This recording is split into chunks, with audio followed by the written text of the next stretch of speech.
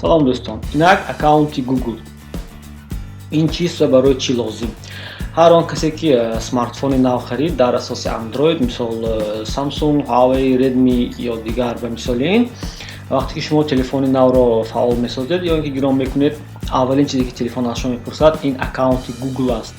Яъне вақте ки шумо телефонро мегиред, он ҳоло холӣ аст. Дар даруни он гӯем ҳоло озодимаҳо ҷо ёд нашудаанд ва барои он ки шумо озодимаҳоро фаъол созед, замимаҳои дилхосро, шумо бояд аккаунти Google дошта бошед. Аккаунти Google барои чӣ ба мо лозим аст? Якумаш ин почти электронӣ. Яъне агар дар гӯем ҳаёти муқаррарӣ оддӣ мо ба касе ё ин ки аз касе мактуб қабул карда мебошем, суроғи худро, яъне мисол ҷумҳурии Тоҷикистон, шаҳри ё ин ки кӯчаро нишон медиҳем, дар интернет бошад, барои ин истифода бурда мешавад аз почтаи электронӣ. Инчунин почтаи электронӣ дар интернет истифода бурда мешавад чун калид ба маҳзанҳои бисёр. Барои мисол ин мешуд ба ғайри оне ки ин почтаи электронӣ ин шуда метавонад яъне дастрасӣ ба Play Market, ба дигар гӯи маҳзанҳои Google ба монанди Google Диск ки шумо онҷо метавонед маводҳои худро ҷой диҳед аз телефонатон. Яъне вақте ки ҳангоми флешкаатон пур шуд ё ин ки зарурият пайдо шуд ки бо каси дигар мубодила карда бошед бо файлҳоятон, метавонед аз Google Диск истифода баред. Инчунин бо ёрии Google аккаунт шумо метавонед телефони худро ҳифз карда бошед. Яъне шумо метавонед як бор ба қайд гиред телефони худро, смартфони худро ва минбаъд ҳангоми зарурият шудан телефон метавонад ба шумо аниқтараш Google метавонад ба шумо ҷойгиршавии телефонтонро муайян кунад ки оиди ин мо дар гузоришҳои оянда ҳатман маълумот медиҳем.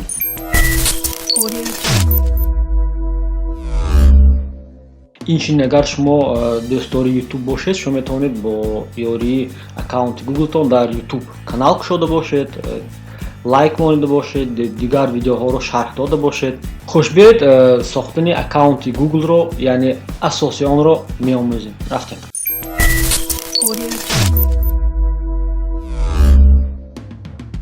Инак чун телефони навро фаъол сохтем, мебинем ки ҳоло он гӯем он замимаҳое ки мо мехоҳем надорад онро, яъне он холӣ аст. Барои ин барнома аз мо аккаунти Google мепурсад. Инак сохтани аккаунти Google. Аккаунти Google-ро шумо метавонед аз истифодаи смартфон созед, инчунин шумо метавонед барои сохтани аккаунти Google истифода баред аз гӯем браузери компютер ё ин ки дӯстатонро хоҳиш кунед ки барои шумо аккаунти Google кушояд ва ҳатман бояд пароли онро баъд иваз кунед. Инак барои сохтани аккаунти Google истифода мекунем аз дилхоҳ браузер.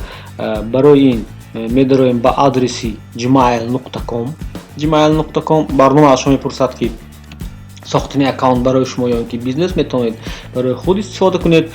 Инҷо нишон медиҳед номатон, яъне номи худатонро метавонед нишон диҳед, насабатонро метавонед нишон диҳед ва дилхоҳ суроға, яъне адрес нишон дода бошед. Ҳангоми нишон додани суроға эҳтиёт бошед ки аз сабаби он ки истифодабаранда бисёр аст, шояд он суроғае ки шумо мехоҳед ҳоло интихоб кунед, он суроға шояд банд бошад. Барои ҳамун бояд суроғаи дилхоҳро пеш аз интихоб кардан фикр кунед ки барои ба суроғаи дигарон монанд набошад. Мисол мо чӣ хеле ки ҳозир дида истодед, барои як суроғаро мондан тахмин 8-10 суроғаро аз нав ҷойгир намудем ва баъди оне ки суроғаи дилхоҳ ёфтем, бояд парол гузорем.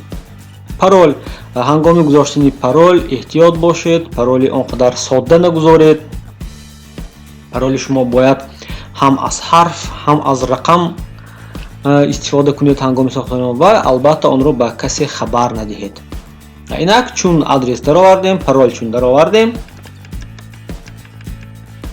барнома аз он мепурсад ки оё мо метавонем аккаунти худро тариқи телефонамон низ ҳифз карда бошем. Албатта ин имкони хуб аст. Барои ин интихоб мекунем кишвари моро, яъне Тоҷикистонро интихоб мекунед. баъди оне ки Тоҷикистонро интихоб кардед, барнома аз шумо рақам мепурсад, рақами худро медароред. яъне барои чӣ шумо рақамро медароред? Барои он ки вақте шумо паролро аз хотир баровардед, шумо метавонед тариқи ин рақам паролро гӯем аз нав сохта бошед, барқарор карда бошед, ё ин ки телефони худро минбаъд ҳифз карда бошед. Чун рақамро даровардед, хизматрасони Google ба шумо паёмак равона мекунад. Паёмакро дар қатори мушаххас ҷой медиҳед. Вақте ки паёмакро даровардед, анакнун метавонед маълумотҳои дигарро низ ҷой диҳед. Мисол, суроғи электронӣ, яъне суроғи электронии эҳтиётӣ, яъне суроғи электроние ки ҳоло аллакай корбаст карда истодааст, шумо метавонед аз он истифода баред барои минбаъд аккаунти худро аз нав барқарор кардан. Инчунин метавонед сол, моҳ ва рӯзи таваллуди худро нишон дода бошед ва дигар маълумотҳоро. Инчунин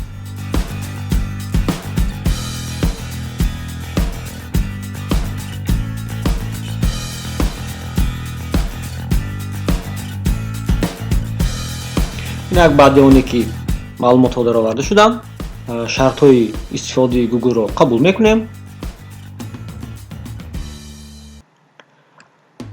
ва баъди кам аз загрузка гӯем ба шумо фаъол мешавад почтаи Gmail. Яъне минбаъд барои оне ки бо касе дар мубодила бошед, мактуб нависед, мактуб қабул кунед, метавонед аз ин суроға истифода баред. Намуди онро ба худ интихоб мекунем ва почтаи мо тайёр. Инак бармегардем ба телефонамон. Инак чун телефон аз мо аккаунти Google-ро дархост намуд, медарорем сараввал адресамонро, баъд паролямонро. баъди оне ки маълумотҳои заруриро шумо даровардед, дар телефонатон аккаунти Google-тон низ фаъол мегардад ва барнома ба шумо мегӯяд ки ин чӣ имкониятҳоро ба шумо пеш меорад. Яъне истифодаи Google Диск, Google Фото, календар. Инчунин шумо метавонед дар Google Дискатон контактҳо ва паёмакҳоятонро ҳифз карда бошед вақте ки шумо телефонтонро иваз мекунед. Инак ба мо Google Play кушода мешавад. Мо метавонем дилхоҳ аз ин ҷо интихоб кунем замимаро ва онро ба худ насб карда бошем. Замима яъне ин ҳам программа, ҳам бозӣ. Инчунин метавонем акнун дар настройкаи телефони мо аккаунти худро дароварда бошем ки минбаъд телефон метавонад тариқи ин аккаунтатон вақте шуморо дар ҷое монду дастхотир баровардед, ҷои телефонтонро нишон медиҳад. Инак барои мисол, барои он ки замима гирифтан аз дӯстон осон шавад, истифода бурдан мумкин аз шарии чӣ хел барномаро насб кардан. Ин дар Google Play дархост мекунед, барномаро меёбед ва аз тугмаи установид истифода мебаред. Ана тамом, барнома насб шуд. аз он метавонед истифода буред ва инчунин аз хизматрасонаҳои Google аккаунт.